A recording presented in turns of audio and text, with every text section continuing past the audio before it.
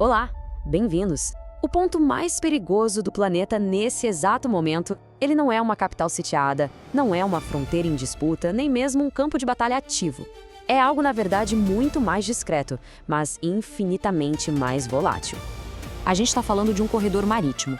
E é justamente ali que o Irã decidiu concentrar seus submarinos, suas baterias de mísseis, seus sistemas de defesa e, ao mesmo tempo, um porta-aviões americano acabou de chegar na sua posição operacional, a mais próxima possível do território iraniano, sob comando direto do CENTCOM, o comando central americano para todas as operações no Oriente Médio.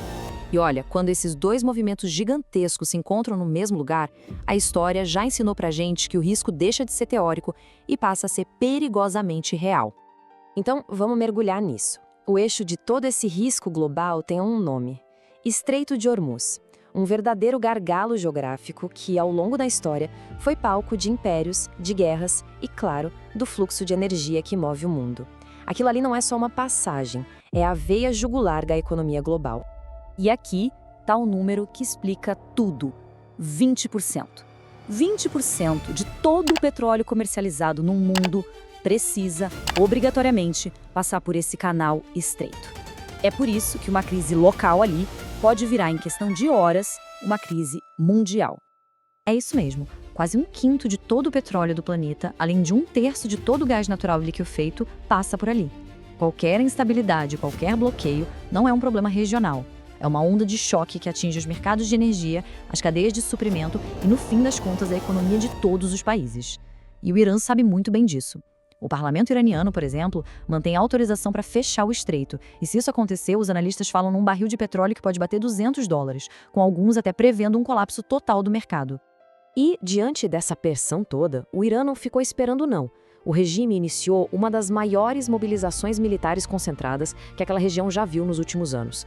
Isso não é um blefe, é uma demonstração de força, muito bem calculada, para dissuadir e, se for preciso, para causar muito dano.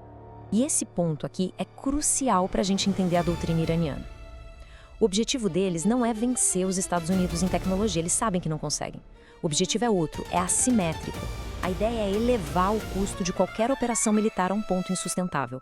É forçar o desgaste, é criar um risco político para Washington e principalmente causar um impacto econômico global que pressione todo mundo a recuar.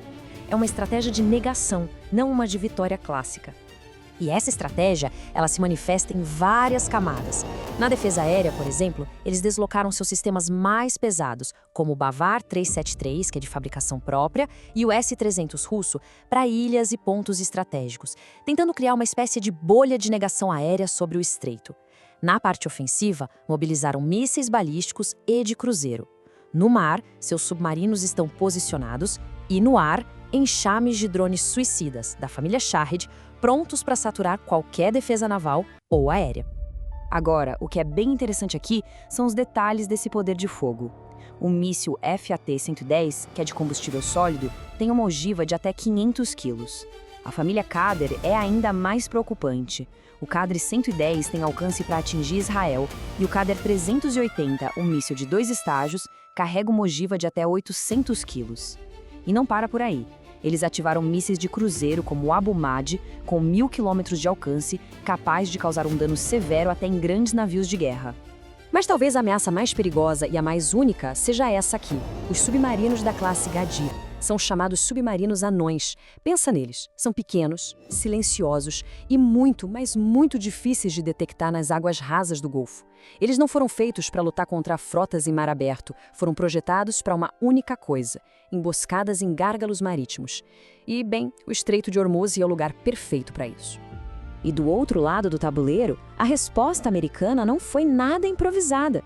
Pelo contrário, antes mesmo de qualquer decisão se tornar pública, os Estados Unidos começaram a mover seus ativos estratégicos, o que indica que a construção do quadro de inteligência para uma possível ação já entrou na sua fase final.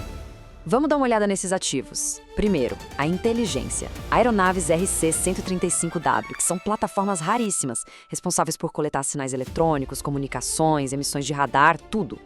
Quando uma delas é enviada é porque a fase de coleta de dados está acabando. Na defesa, baterias de mísseis Patriot já foram posicionadas no Catar, pensando numa possível retaliação do Irã. E, claro, o poder de fogo. Um grupo de ataque de porta-aviões, que é basicamente um centro de poder móvel que não depende de autorização de ninguém para operar. E essa comparação ilustra perfeitamente o choque de doutrinas. O Irã quer arrastar o conflito, torná-lo caro, politicamente tóxico. Já os Estados Unidos, se forem agir, não vai ser um gesto simbólico. O plano vai ser desenhado para cegar, paralisar e desorganizar o comando iraniano. Um ataque rápido, violento e decisivo. A ideia é neutralizar a ameaça antes que ela tenha a chance de se espalhar. A inteligência americana já percebeu que o Irã está cavando ainda mais fundo suas instalações nucleares.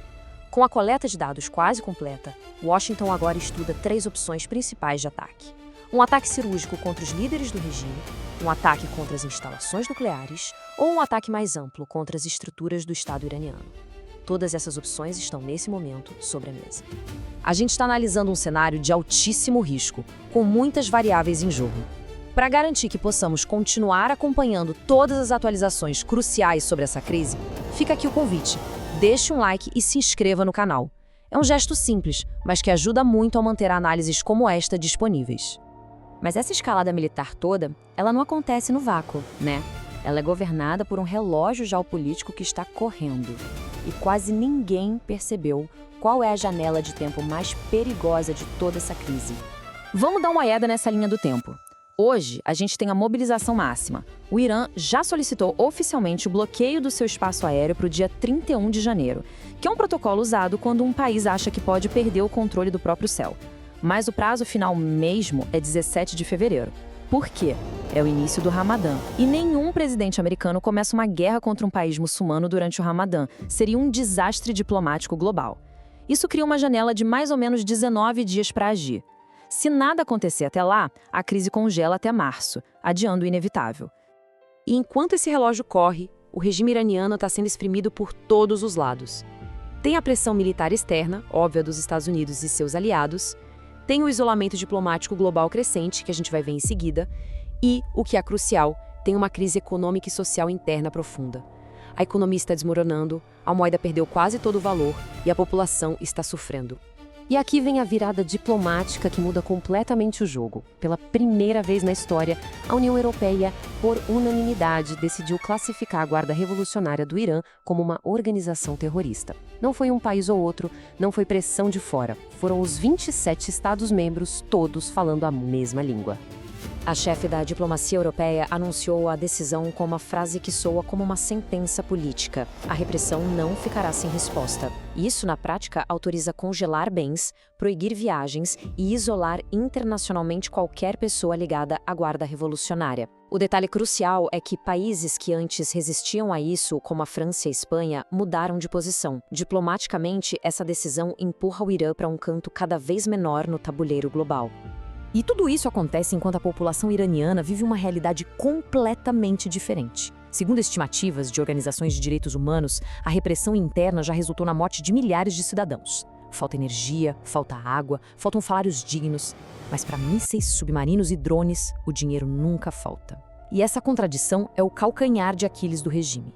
E regimes que estão pressionados por fora e corroídos por dentro costumam cometer seus maiores erros justamente nesses momentos.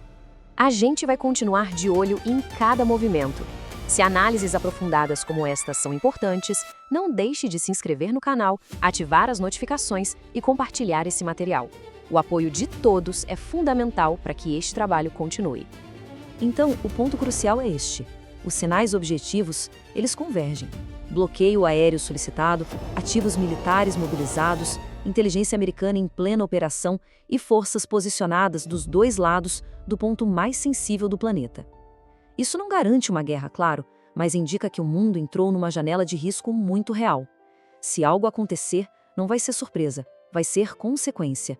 E quando as consequências começam no Estreito de Hormuz, elas não ficam por ali, elas se espalham pelo mundo inteiro. A pergunta que fica é, com o cerco se fechando e o tempo se esgotando, o mundo está assistindo a um elaborado blefe ou ao prelúdio da guerra? A resposta a gente vai ter nas próximas semanas.